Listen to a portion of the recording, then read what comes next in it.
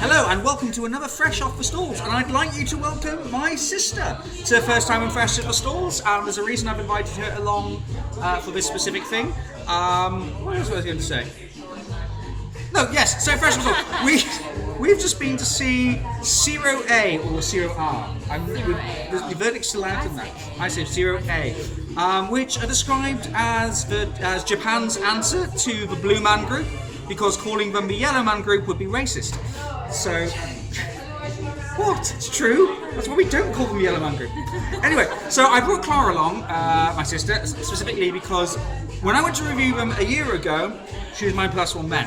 And I wasn't doing these videos a year ago, clearly. So, it's interesting because both of us have seen the first show and seen the second show now. We love the first show. Do we love the second show? Definitely. Absolutely, definitely, yeah. I'm going to agree. Do you think it's better than the first show? It's different, but it still has that crazy excitement that you had with the first one. Yeah. And the hour goes so quickly. Oh yeah. And it's brilliant. It's brilliant in its own different way. But they've taken elements of the old one and incorporated it and adapted it and got lots of new stuff as well. So it keeps you don't feel like you're watching the same things even if there is a similar routine. Yeah. And you look forward to watching it as well. What I love about it is that they've really pushed the boundaries further. So last year it was pretty much mainly work with 3D projections, shadows and lasers. This one they've also added live video feeds and also instant video looping. So a bit like you see some magicians, they play something, they push a button and it goes on by itself and oh, magic. They do that with video here to great effect, to the point where you're even involving individual members of the audience. I won't say much more because I don't want to spoil the surprise. But it's astonishing. What I loved is that you got some moments of great comedy, so they combine elements of clowning and mime. Yeah. Yes, you had to think about that for a moment, didn't you? But also there's just some bits which are just achingly beautiful, like absolutely aesthetically stunning. The man dancing on his own was beautiful. Yeah. I enjoyed that thoroughly.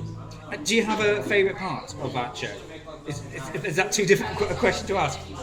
One of them is the man that dances on his own, which sounds really boring when I say it like He that. dances on his own. He just stands there and dances. There's more to it, I promise. But it was very beautiful, and I like what they do with the panels and the screen, and they come through it, and then they walk and do stuff. So that's an element from the last show which they've kept. Yeah. Which is kind of become the trademark, and I love it. I still love watching because it. I just watch it, I don't know who's real and who's not anymore. So cleverly done, but you just watch it and you're like, yeah. Can you actually say anything bad about this? Let's try and actually try and think of something critical we can say about it. I think the beginning could be a bit more pacey, maybe pick up the pace a little bit, but it didn't. It hasn't altered my overall impression of it.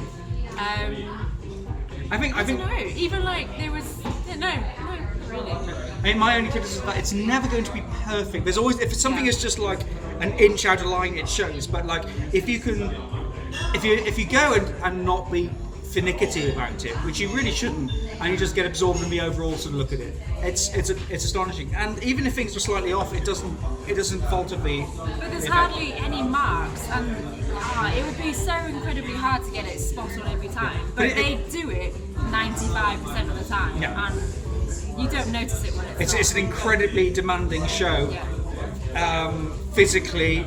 And in its execution as well, everything has to be so precise. And as you said, it's 95%. I'd probably push it to be about 97% of the time. I think it's a little higher. But it's astonishing.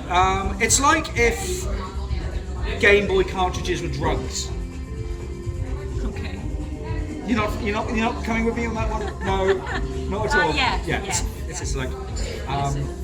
I just love the. I think my favourite parts specifically, I love the sort of typographic / Brechtian takedown of films. I forgot about that. That was hilarious. That was really. Especially even British films though, they incorporated, which I really like the Full Monty.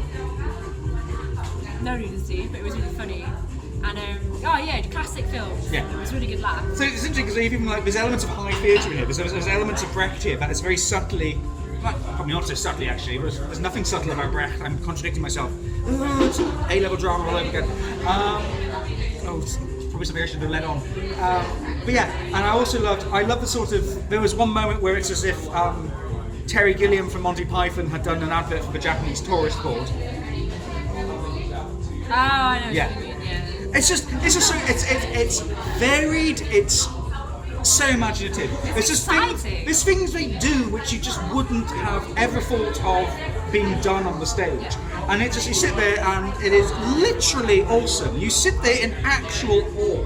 I was actually a bit wary if they were going to be able to match what they did last time, but they did. I think they slightly bettered it actually. Yeah. As I said, it's so much more athletic as well. They're literally sort of flying around, not literally flying, figuratively flying around the stage, doing all sorts of backflips and stuff. Yeah. And the how they got what's it called? They got the audience involved. Audience participation. Yes, where the audience participate. Yes. It's called audience participation. Alright. I've got the end. Yeah, but I think what's great about this, if you've seen them before, what I'd say to say go again is what they're doing with the live video and the live video looping. That's astonishing. That's what they've bettered themselves with. Yeah. So it's not just about the 3D projection anymore, which was huge last year, still huge now. There's still that element there, it still looks amazing, impressive, but they've tried something new, and by God, they pull it off excellently well. So yeah, Crazily smart. there's a bit of a Christmas element in it as well. I like that. Totally shoehorned in for the season, but we're not going to complain. And the London part.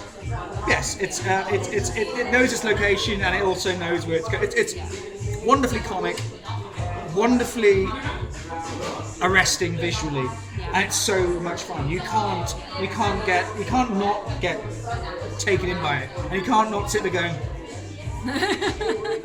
It's just it's one of the most astonishing things to see. The stagecraft is beyond what I don't know. I'm just going to say beyond because they're just it's beyond. Yeah, we've had to come to Benita's Hat for burrito and a beer just to calm ourselves down a little, and I'm still absolutely pumped after seeing that. Even though I'm now pumped for the burrito. Yeah, stuff. But it's brilliant, fantastic. Yeah, so it's got my approval again. I'll be coming up with the full written review very soon. It's got my sister's approval again. Even though she's easily pleased, so I don't know what that. I'm joking.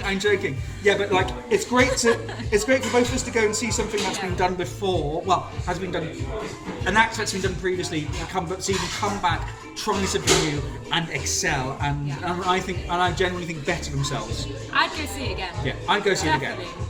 Absolutely. And I think that's all we're going to say about it, really.